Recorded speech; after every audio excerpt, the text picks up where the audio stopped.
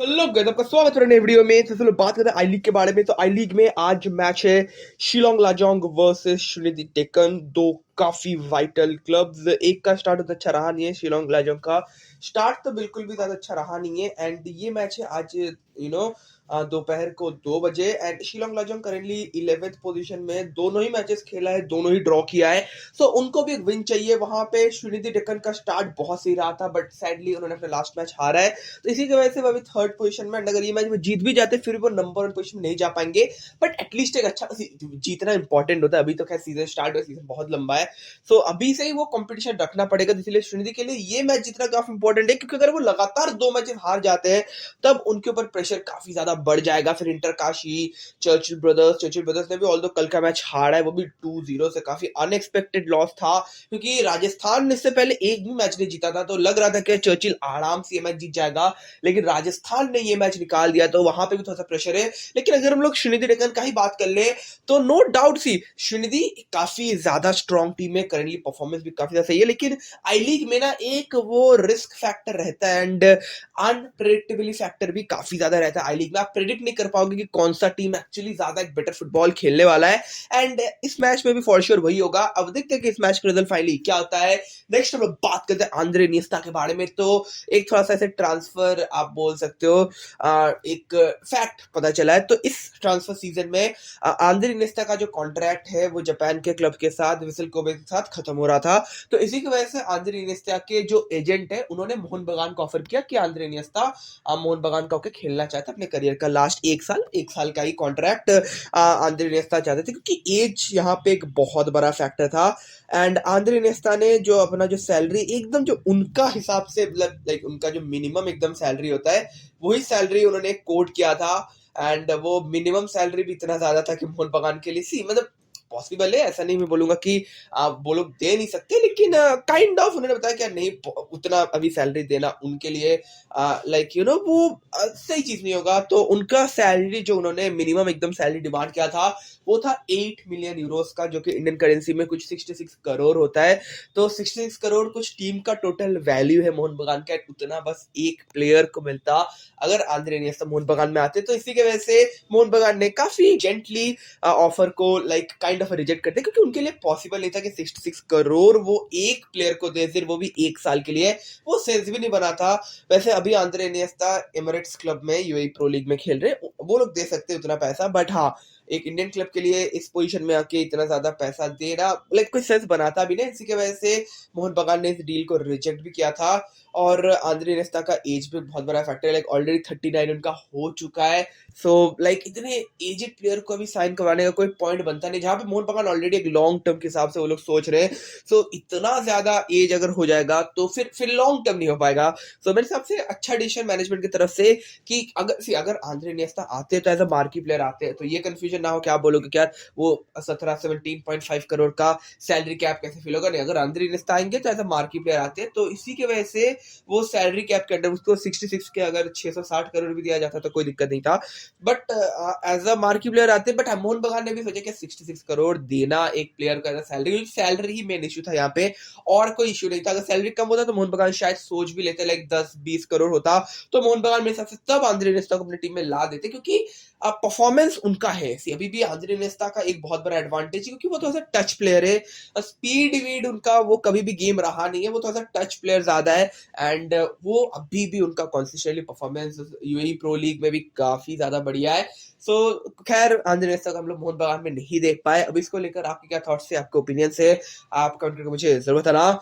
Next लोग बात कर लेते हैं जुवेंटस के बारे में। तो जुवेंटस ने करंटली इंटरेस्ट दिखाया है जेडन सैंचो के ऊपर, and Jadon Sancho already like United छोड़ के जाने वाले नेक्स्ट समर ट्रांसफर विंडो में, जितना रूमर्स की माने, रिपोर्ट्स की माने, एंड यूनाइटेड खुद जेडन सैंचो को रिलीज कर देना चाहते हैं, एंड उनके बदले में एक अच्छा खासा ट्रांसफर फी वो लोग डिमांड कर रहे हैं सऊदी के क्लब से। अब जेडन सैंचो के लिए एक अच्छा ट्रांसफर फीस सिर्फ सऊदी के ही क्लब दे पाएंगे, और कोई यूरोपियन क्लब देगा भी नहीं। सैंचो का परफॉर्मेंस ही कुछ नहीं है, क्योंकि प्लेयर्स को अगर अच्छा खासा किसी प्लेयर के लिए कोई क्लब अच्छा खासा ट्रांसफर फी दे रहा है तो वो क्लब डिमांड करता है एक स्ट्रॉन्ग परफॉर्मेंस जो कि सैंचो के पास करेंटली तो बिल्कुल नहीं है, और इसी की वजह से सैंचो को कोई बहुत ज्यादा हाई सैलरी मिलने नहीं वाला है। जुवेंटस ने भी जो ऑफर किया है वो लोन डील का है, वैसे अभी तक कोई प्रॉपर ऑफर नहीं किया, बस एक इंक्वायरी काइंड ऑफ किया यूनाइटेड में। उन्होंने पूछा है कि क्या जेडन सैंचो अवेलेबल है या नहीं, एंड अगर अवेलेबल है तो लाइक क्या वो लोन डील हो सकता है नहीं विंटर ट्रांसफर विंडो, तो जनवरी में जो ट्रांसफर विंडो आने वाला उसमें क्या लोन डील पॉसिबल है, ये बस थोड़ा सा इंक्वायरी किया है।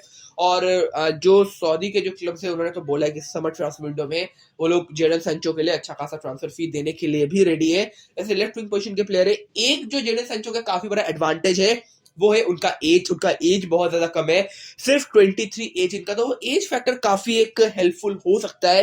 एंड वो चीज को अगर यूनाइटेड का मैनेजमेंट सऊदी के क्लब्स को कन्विंस कर पाए कि एज कम है तो आप एक जो ट्रांसफर फी दे रहे हो वैल्यूएबल है, तब एक पॉइंट बन सकता है। वरना बहुत ज्यादा एक हाई ट्रांसफर फी मिलना तो थोड़ा सा मुश्किल लाइक होगा। यूनाइटेड ने वैसे बहुत पैसा खर्चा किया था, 680 करोड़ उन्होंने दिया था बोरुसिया डॉर्टमुंड को as a transfer fee for Jadon Sancho. अब उनको शायद 300 350 करोड़ का कुछ ऑफर है सऊदी से, मतलब ऑफर मतलब एक आप बोल सकते हो उन्होंने ऐसे बोला है कि हम लोग 300 350 करोड़ तक दे सकते हैं सैंचो के लिए, क्योंकि सऊदी प्रो लीग का भी अभी सिचुएशन नहीं है कि उनके एक बस बड़ा प्लेयर आ जाए तो यार दिन सेट हो जाएगा, नहीं ऐसा बिल्कुल भी नहीं है। तो इसी की वजह से उनको वो पूरा तो अमाउंट रिकवर नहीं होगा, लेकिन जितना भी सेल करके जितना रिकवर हो सकता है। सो देखते हैं कि Jadon Sancho finally summer transfer window में कौन से क्लब में जाते हैं, क्या वो एक्चुअली जुवेंटस में लोन डील में विंटर ट्रांसफर विंडो में जाते हैं या नहीं। नेक्स्ट हम लोग बात करते हैं विक्टर ओसिमैन के बारे में। तो Victor Osimhen currently European transfer market के one of the most hot prospect है, क्योंकि प्रॉपर स्ट्राइकर है, जेन्युइन स्ट्राइकर है, फिनिशिंग एबिलिटी भी बहुत ही कमाल का है। और विक्टर ओसिमैन के ऊपर ऑलरेडी लाइक इस जो अभी जो समर ट्रांसफर विंडो गया है उसमें सऊदी के क्लब ने एकदम अनबिलीवेबल लेवल का ऑफर किया था, इन्होंने खुद अभी कंफर्म किया है। और ऑलरेडी दो प्रीमियर लीग के क्लब्स का ऑफर है उनके पास, वो दो क्लब्स है चेल्सी और मैनचेस्टर यूनाइटेड। दोनों का ही हालत बहुत खस्ता है, बहुत ही खराब है, और इसी की वजह से दोनों ही क्लब्स ने इंटरेस्ट दिखाया है विक्टर ओसिमैन के ऊपर, क्योंकि दोनों ही क्लब को स्ट्राइकर चाहिए, जेन्युइन स्ट्राइकर यूनाइटेड को भी चाहिए और चेल्सी को तो चाहिए ही चाहिए। चेल्सी बहुत लंबे टाइम से स्ट्रगल कर रहा है, लाइक 3-4 साल हो गया चेल्सी को प्रॉपर स्ट्राइकर का मुंह देखे हुए, तो उनको एक प्रॉपर स्ट्राइकर चाहिए। विक्टर ओसिमैन नो डाउट उस पोजीशन को तो आराम से फुलफिल कर देंगे, सेंट्रल फॉरवर्ड पोजीशन के भी है, और सिर्फ 24 एज इनका, तो लॉन्ग टर्म डील भी हो सकता है। अब नेपोली विक्टर ओसिमैन को रिलीज करना नहीं चाहते, क्योंकि सी नेपोली में उन्होंने खेला है, नेपोली का उन्होंने सीरिया ए जीता है, सो ऑफ कोर्स नेपोली नहीं चाहेंगे कि विक्टर ओसिमैन जैसे प्लेयर को रिलीज करें। विक्टर ओसिमैन खुद भी नेपोली में थोड़ा सा स्टे करना चाहते हैं, क्योंकि सी क्लब के साथ वो एक अच्छा रिलेशन बन जाता है। लेकिन यहाँ पे सिर्फ चेल्सी और यूनाइटेड नहीं, चेल्सी और यूनाइटेड का तो डायरेक्ट ऑफर्स है, और भी काफी एक लंबे क्लब्स का लिस्ट है जिन्होंने एक ओवरऑल ऊपर से इंटरेस्ट दिखाया, जिसमें लिवरपूल है, रियल मैड्रिड है, क्योंकि रियल मैड्रिड को भी स्ट्राइकर चाहिए। अगर एम्बापे का साइनिंग वो लोग नहीं कंप्लीट कर पाएंगे तो कोई एक बैकअप स्ट्राइकर तो उनको चाहिए, तो वहां पे लाइक कंपटीशन बहुत तगड़ा है। चेल्सी का भी फाइनेंशियल कंडीशन उतना सही नहीं है, यूनाइटेड का भी बोला जा रहा है नया ओनर आएगा नहीं आएगा, अभी भी कोई कंफर्मेशन नहीं है, बट जब तक वो कंफर्मेशन नहीं होता यूनाइटेड के पास भी फंड्स का थोड़ा सा कमी है, लीगल फंड्स का कम। ऐसे पैसा तो इन दोनों क्लब्स के पास बहुत है, लेकिन आपको दिखाना भी पड़ता है कि यार ये पैसा कहाँ से आया, वो अभी प्रैक्टिकली पॉसिबल है दोनों क्लब्स के लिए। फाइनेंशियल इनका जो क्रंच है वो काफी ज्यादा टाइट है, और ऐसे फीफा आप बोल लो या फिर एफए जो इंग्लैंड का जो फेडरेशन है, ये इन सारे मामलों में थोड़ा सा स्ट्रिक्ट तो है, फीफा इन सारे मामलों में काफी स्ट्रिक्ट है, तो फीफा का बिकॉज पूरा कंट्रोल रहता है इन सारे मैटर्स में, तो इनके लिए इतना इजी भी नहीं होगा। अब देखते हैं कि फाइनली विक्टर ओसिमैन कौन से क्लब में जाते हैं। सो गाइस ये था आज का वीडियो, आई होप आपको ये वीडियो पसंद, अगर वीडियो पसंद आए वीडियो को लाइक करना, शेयर करना दोस्तों बीच में, एंड अगर पिछले नए हो चैनल को सब्सक्राइब करना मत भूलना, बेल आइकन दबाना, ताकि मैं जब भी कोई वीडियो अपलोड करूं आपको तुरंत नोटिफिकेशन मिल जाए। एंड मैं दोनों के साथ, तब तक के लिए बाय।